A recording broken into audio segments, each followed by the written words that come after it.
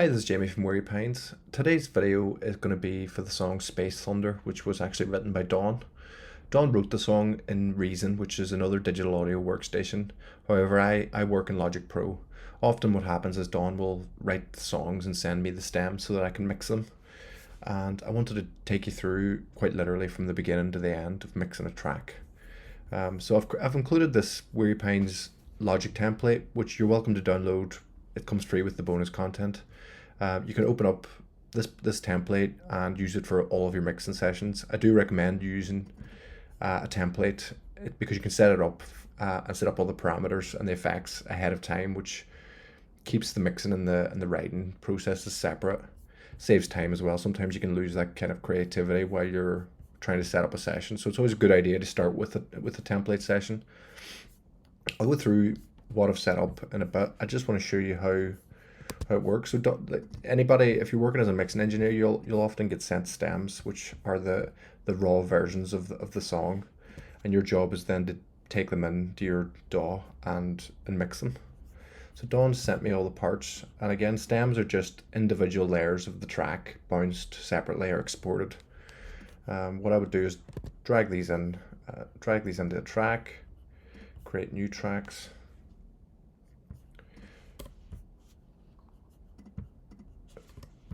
And make sure they're all lined up with the start. Now there you go, this is the very start of the process. And what I would start doing is some file, basic, the file organization, coloring and naming the tracks so that you know what's going, although they automatically do name if they've been named during the bouncing process. I would organize them by instrument groups. So I'll try and do that very quickly. So we've got hats, kick, more hats. Right, so we'll drag all the drums to the bottom. Kick, snare, hats, cymbal. We've got a crash. I think that's everything. You can drag this bar over to see the names. And then you would highlight the tracks and do Command C, or sorry, Option C, and color them. I like to color my drums yellow. That's just something I like to do. And also what you do is you go into the mixer itself, and you want to do the same thing in the mixer. It doesn't automatically color them the same color, so you want to get into the habit of making sure they're colored in there too. Now we've got bass, bass, bass. So the three of those I would color red. Again, this is just do this whatever way you want. I like specific colors, and I keep them consistent between tracks. This is even before obviously I know what each of these elements are, but you would listen through to the track first and then sort of do a bit of tidying up. We've got some strings, music for children. I'm not sure what these are. Pads, drone, analog. These sound like synths, so I'm just going to color them all. I'll group them all together. I can change that later. I like to keep consistent colors. And the very first thing you would do, what I would do, and I would recommend, is adding a gain to your master channel. Now this is the master channel here. You can also go in and find the master channel there. So often, well, it's not often, it's always at the very end of your mixing tracks. The reason I add the gain, I did talk about this in the previous video, but I'll talk about it again. If you add the gain function, you can put on what's called mono. What that does is just turn the whole track mono, removes the stereo width. If you mix in mono and you get the mix really tight, then you can turn that off at the end, and it automatically gives the whole track stereo width. It's just a trick. It's something that I learned a long time ago that really it helps you mix. If you can get everything sounding really great in mono, then it'll automatically sound great in stereo, and it'll make the track jump in terms of space. Right, so I add the mono to that. Next thing to do really is a listen through. I'm not going to listen through everything, or else I'll be wasting your time. I know how the track works. I've heard it before and I've mixed it before. But what I would do is select Command A, so you're selecting every track, and then come along and unselect any of these mixing channels that you've set up. Again, I'll talk through what these are in a second. These are effects that I can send each track to. Some people like to add the effects to each channel individually, but it's good practice to actually do it the other way around and create a channel for the effect and then send the channel you're working on to that effect. Another way to do this is just to click the last track, drag your mouse over and hold shift and select that, and that'll select all your tracks. Now you want to turn everything down. This is what I call gain staging in the last video. It's essentially balancing the levels of all the elements. You want the total volume to be below a certain range here, maybe below -10 decibels, so that it's not peaking for mastering. And you want to start balancing out the sounds so that when all of them are mixed, that doesn't peak above that, leaving some headspace. That's what it's called, really. Now I'll talk quickly about what these effects are. I've got a reverb short, reverb medium, reverb long. Now I've used Logic's own effects, so if you open up this template session, if you download it and open it, you should be able to see most of the effects in here.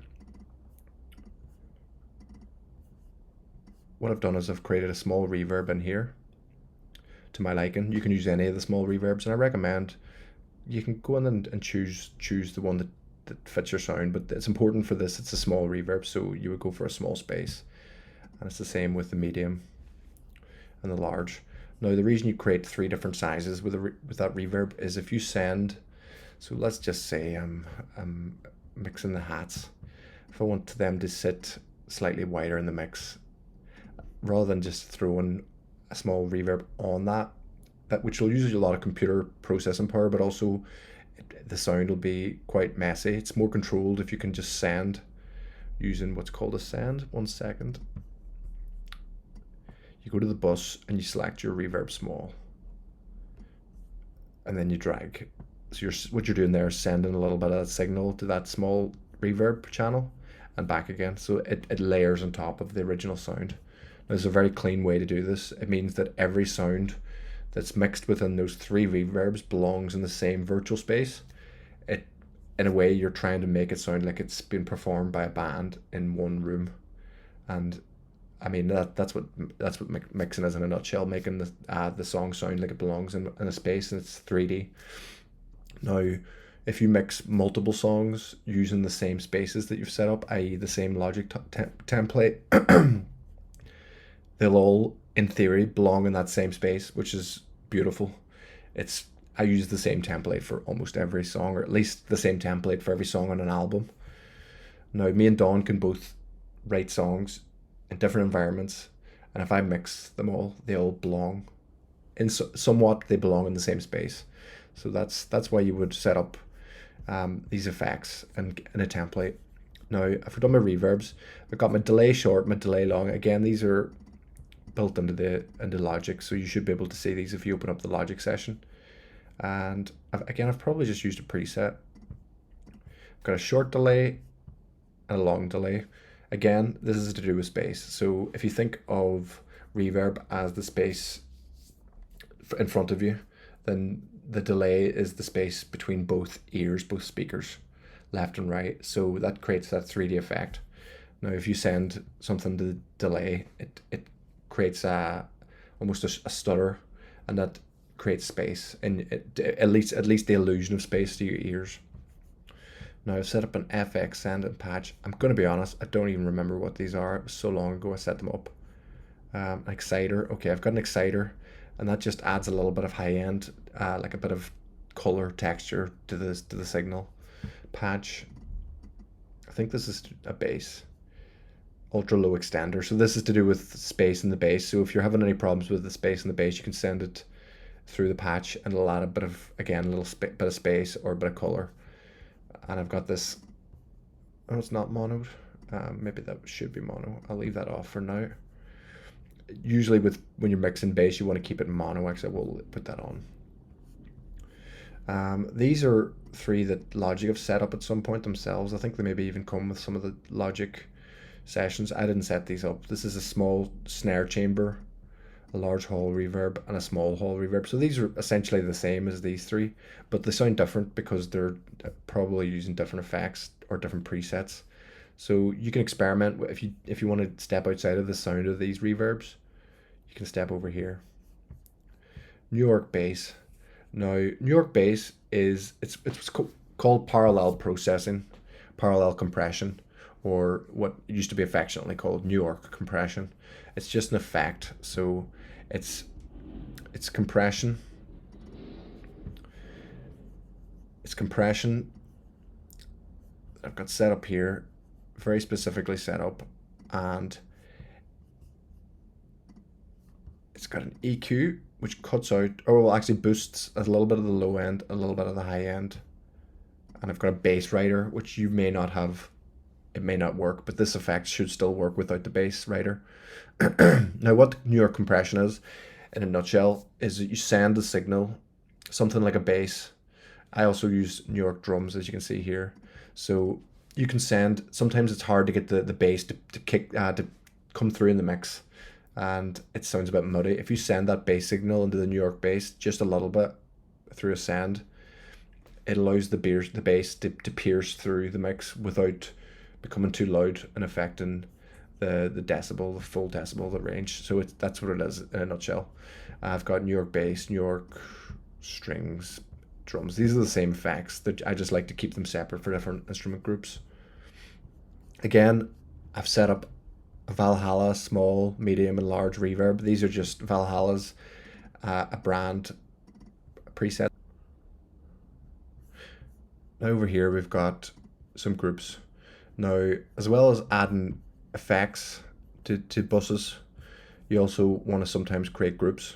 Now, a group is quite simply somewhere where you route multiple tracks through a bus, so it's got one channel. So, for example, drums.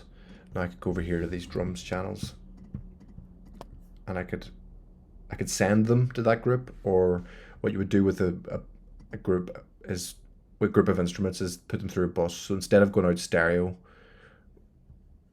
they go out the drum.